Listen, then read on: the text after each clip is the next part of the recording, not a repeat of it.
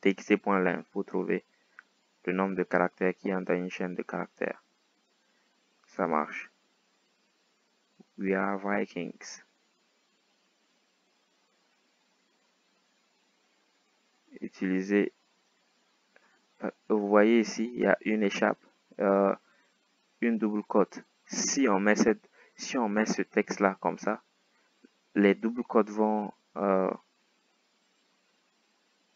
il y aura une erreur parce qu'ici, vous voyez, il n'est pas censé y avoir une double cote, double cote, double cote, double cote dans des chaînes de caractères. Donc, on utilise ces choses-là. On met ça pour dire, dès que tu vas voir cette double cote-là, ça ne signifie pas qu'on a fini. Ça signifie juste qu'on a mis une double cote qu'il y a une double cote dans le texte. Je vais voir si c'est ce qu'ils disent. Oh, c'est un backslash. C'est pas une division, un backslash.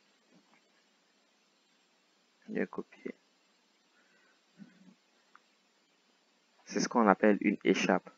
Lorsqu'il y a des caractères qui sont utilisés dans le langage de programmation que tu utilises, des caractères spéciaux comme les double cotes, c'est pour signifier qu'on est dans une chaîne de caractères. Mais si jamais tu veux utiliser ce symbole dans ton texte, tu dois utiliser des échappes. Comme ça, tu mets ce symbole là devant et il va dire, ah, cette double cote qu'il y a devant ici, c'est quelque chose qui fait partie de son texte. Ce n'est pas un truc que je dois interpréter. Il va voir ça encore. Il dit, ah, voici cette double cote qui suit là fait partie de son texte. C'est pas une chose que je dois interpréter. Mais ça ne va pas plus loin que ça. Hein. Ça ne va pas. On peut pas mettre juste ici. On peut pas mettre CTRL-C. Si on le mettait ici, ça n'allait pas aller chercher devant ce qu'il y a. Ça agit immédiatement à côté. Il doit être immédiatement collé à cela. Pour pouvoir lui dire, oui, lui, ça fait partie de mon texte, ne t'en occupe pas.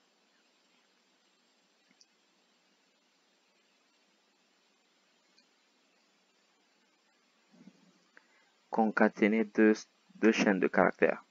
Ça veut dire les mettre ensemble. Pouvoir les écrire sous cette forme-là, oui, are Vikings. On peut écrire, pouvoir écrire oui, are Vikings séparément. On peut les écrire séparément. Tout cela, c'est une chaîne de caractères. On peut le décomposer en mots, écrire les mots et ensuite les condenser. Ici, on appelle ça des chaînes de caractères concaténées parce qu'il y a une chaîne de caractères ici, plus une autre chaîne de caractères et une autre chaîne de caractères. Ils sont séparés d'un espace. Concaténer, ça veut dire les mettre ensemble pour qu'ils forment qu'une seule grande chaîne de caractères. Donc ici, on va mettre c'est string 1 qui est hello, donc on va mettre string 1 plus, on met string 2. Dit, prends ça et mets-le à la suite, et mets à sa suite ce truc-là. Donc ça va mettre hello, espace, et world ensuite. Ça va écrire ceci, hello world, dans une boîte de dialogue ici. On continue.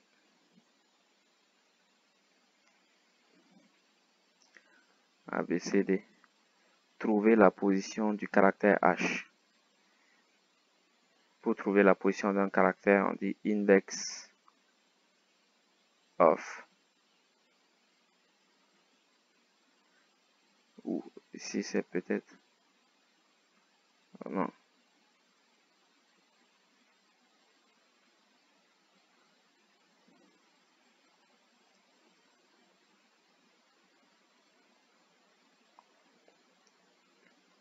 Index of H avec des codes, ok.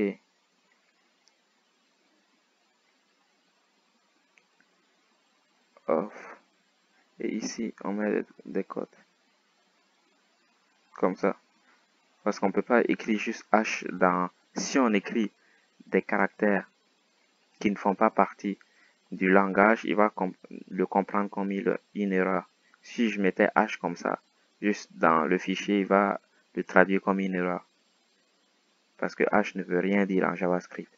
Mais je dois mettre les codes pour dire, ah, lui, c'est une chaîne de caractères. Prends-le comme une chaîne de caractères. Ce n'est pas une commande à exécuter. C'est juste une chaîne de caractères. Donc, il va dire, ah, ce truc est une chaîne de caractères. Et il faut chercher la position de cet élément-là dans notre chaîne de caractères ici.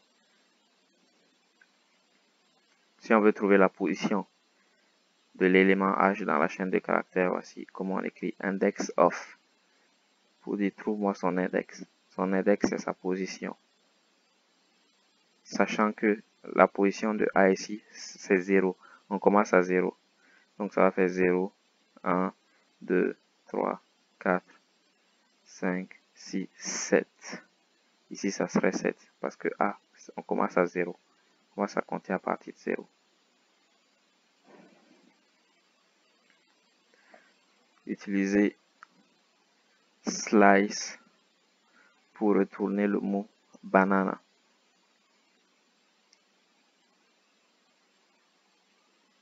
Slice, c'est un truc pour découper une chaîne de caractères. Ici, vous voyez 10 à 17. Ça veut dire, viens ici, commence à compter 1. L'espace aussi compte pour un caractère. Donc, il commence 0, 1, 2, 3, 4, 5, 6, 7, 8, 9. B, c'est le caractère 10. Donc, on met prend B. On commence à B. Prend B. 11, 12, 13, 14, 15, 16. Vous voyez, 16. S, c'est 16.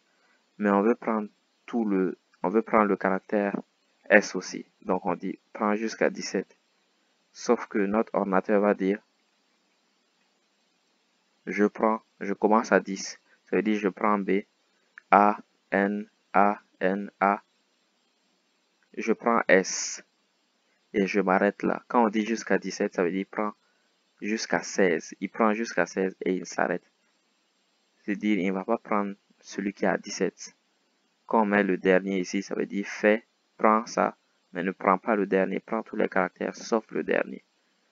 C'est pourquoi on a mis 17 ici et pas 16. Le S est à la place 16. Mais en JavaScript, lorsqu'on veut prendre jusqu'à la position 16, on met ici 17. C'est une règle, c'est la syntaxe. C'est comme ça que ça s'écrit.